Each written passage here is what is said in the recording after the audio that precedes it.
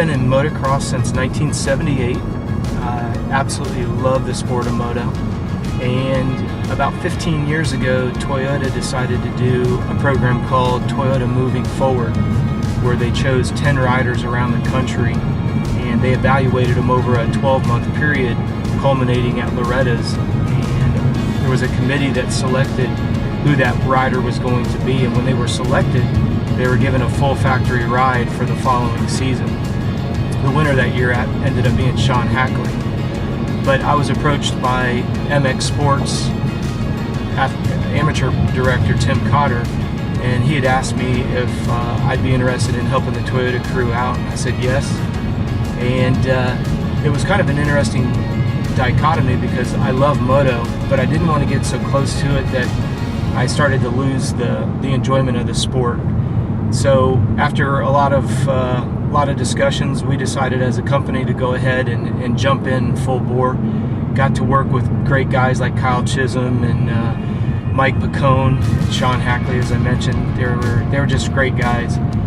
And so once we were selected to work with all the Toyota riders, we helped them with their nutrition and their strength and their endurance as they trained for Lorettas for that final selection process.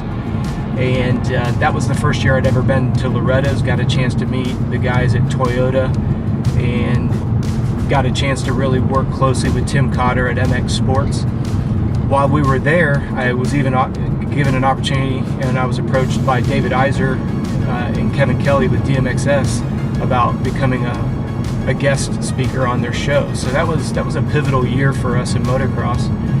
And after that Toyota Moving Forward program was announced, our phone started ringing off the hook with top prospects wanting us to start building their amateur fitness and nutrition and sports psychology programs, which led several of the riding coaches to reach out to us, particularly Ronnie Tishner.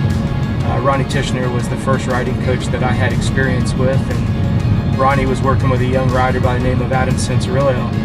And so Adam's mom and dad called me up and asked if we could get together, and we met. And so Adam was our first athlete that we picked up outside of the Toyota Moving Forward program.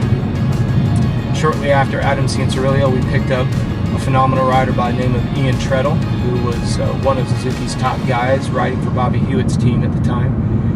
So those two guys became our anchors as we grew our amateur development program. And over the last 15 years, what we've done is we've built a MotoE amateur development program where we have 3 riders that are on a factory level program. In 1 mile, turn right onto Fairview Boulevard. That person, those 3 riders, what we set it up was have a super mini rider, have a 250 rider, and have a 450 rider. And obviously the sport's morphed a little bit where it's not always possible. Now we try to do a super mini, a schoolboy / B class, and a pro sport rider. And we have 3 riders that are on a full factory program. They get our professional level coaching program. And then what we did was we started a co-factory team where we have 10 amateur riders that are not inside the top 10. And the reason for doing that is we wanted to have a situation in place where we knew we could help these athletes not have to worry about what to eat, how to train, how to avoid injury. We wanted to give them all of that information and help them just elevate their racing to a completely new level. We had that program for a couple years.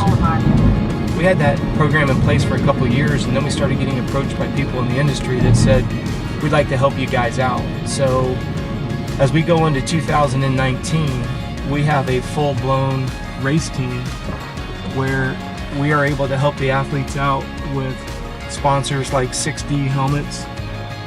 Shades of Gray with Joshua Gray does our team helmets. In half a mile, and turn left to merge onto I-8 west toward Dixon. Same thing with our gear companies. We have Maxima Oil on board. What our goal is anybody that gets selected for our co-factory team now has an opportunity turn left to merge onto to get I-40 west selected as a full factory. They get treated like they're on a full factory program. We know that these athletes have to buy oil. We know that they have to you know, they're going to go through sets of gear. They're going to go through tires. We have Rob over at Dunlop that's agreed to help us out in 2019. So when we look at rolling into Loretta's in 2018, where we are right now, a lot of our meetings this week is going to be geared around how we're expanding the program for 2019. We're going to be working on a facility-specific program where anybody that trains at a facility will have access to our sports psychology program, our nutrition program, strength and conditioning, flexibility.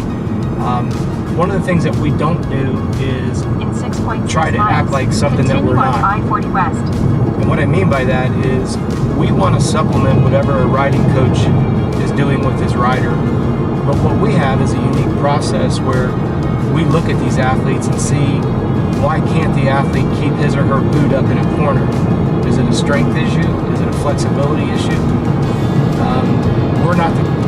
We're not in a position to say to a rider that they should stand up or sit down in a corner, how high they should have their boot, whether they should have 1 or 2 fingers on the front brake. That's between themselves and the riding coach. What we do promise to deliver the riding coach and the racer himself, we're going to make sure they have the strength and the flexibility to be able to do what the riding coach wants so that they can perfect the necessary skill set. An additional responsibility that we have for the racer is we want to make sure that they've got the strength and the endurance to not only have that opening lap speed, but we want to make sure that they've got that top end endurance where they can finish, like we're here at Loretta's, being able to finish a 20-minute moto and not get fatigued. We want to make sure the second half of the race is faster than the first. So we're back here at Loretta's. This is our last race with our team. What we do is we select our riders in January and we provide them a full-blown program from January through Loretta's. We're here to support our athletes. We're going to have a post-race party for all of our guys and just celebrate, irregardless of positioning, just the fact that they qualified for the biggest amateur race in the country. We're very fortunate as a company. We've got more amateur national titles as a performance company than anyone else. And we don't say it arrogantly, but these guys and these girls have put in a lot of sweat equity. They did a lot of stuff in blind faith because this sport is not the most familiar with the truth behind physiology and nutrition. And that's the vision of our company is we have a little mantra. We want to have athletes that bounce, not break when they hit the ground. So we're just glad to be back at Loretta's, and we're thankful for the opportunity with Toyota. And now we just want to get back to the sport and help more and more kids. So we'll see you guys over at the ranch. Here as he tries to go for a second straight title on the 65. Let's talk to our second place finisher, bringing Yamaha YZ65 to the podium. That machine unproven this year, but it is now proven. Been a solid performance for the new crew ride all week long. Get up for 26 at Logan Betts.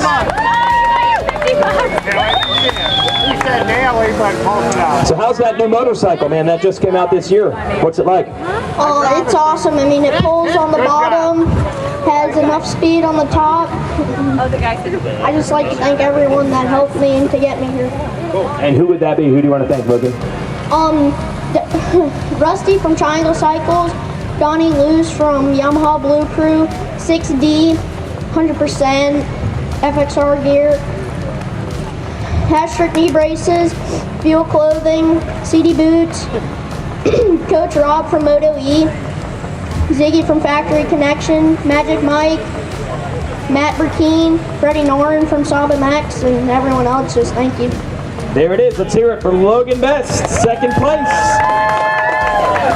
We actually flew in late last night, and we've been here early this morning and kind of catching up with all our athletes. We just had Logan Best out there on the new Yamaha, so that was kind of nice to watch that. And just kind of catching up with all the riders. We've actually got one in the C class that's right there from our pocket, John Fitzgerald. I'm going to give you 30 seconds to give three tips that like the most important thing here at the ranch to ensure success.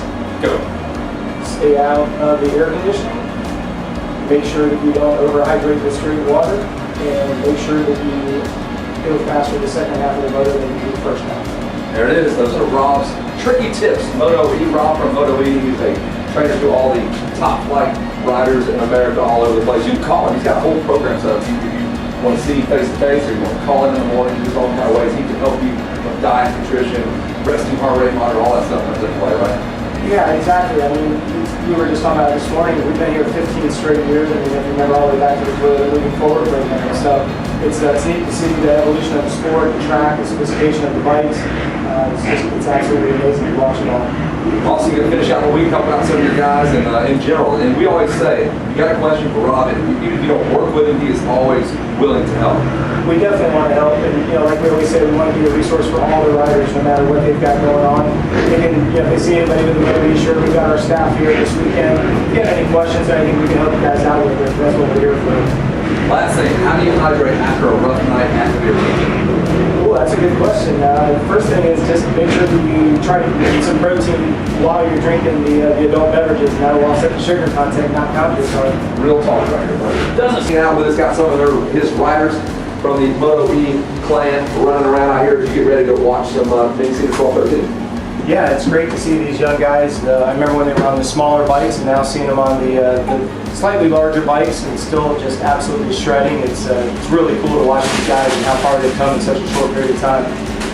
And Rob does a podcast with us on DMXX Radio, where it's Rob's chance to really kind of do some long-form talking. And David says every now and again, he goes, Rob, keep it simple for these guys here, but you get to break down nutrition or whatever the topic of the week may be on your podcast. Yeah, exactly. It was yours and David's vision that I should have my own podcast show. And I got to be honest with you, I thought you guys are crazy. And we went ahead and gave it a pilot run, and the response was pretty overwhelming. So we're up to episode number 19, and we've covered everything from hydration. We've talked about nutrition. We've talked about injuries. We've talked about performance-enhancing drugs. We've talked about it all. So we do appreciate all the emails and the feedback that we've gotten. And like you say, with David being the co-host there, you're too busy to join us. We understand. But yeah, it's been a real journey listening to the feedback on the different subjects that we've covered, and to see it come all the way back here to the front is great. A ton of free information out there for your consumption on your way home if you want to kind of figure out how to recover from an injury, figure out how to hydrate, just all sorts of topics. Rob, MotoE, what's the name of the podcast? Where can they find it? It's CoachRobbPodcast.com. That's easier to remember. Wait, Eiser's on it? Yeah, Eiser's co-host. Oh, if you just said that, I would have been listening to it. Man, just throwing out jabs, bro.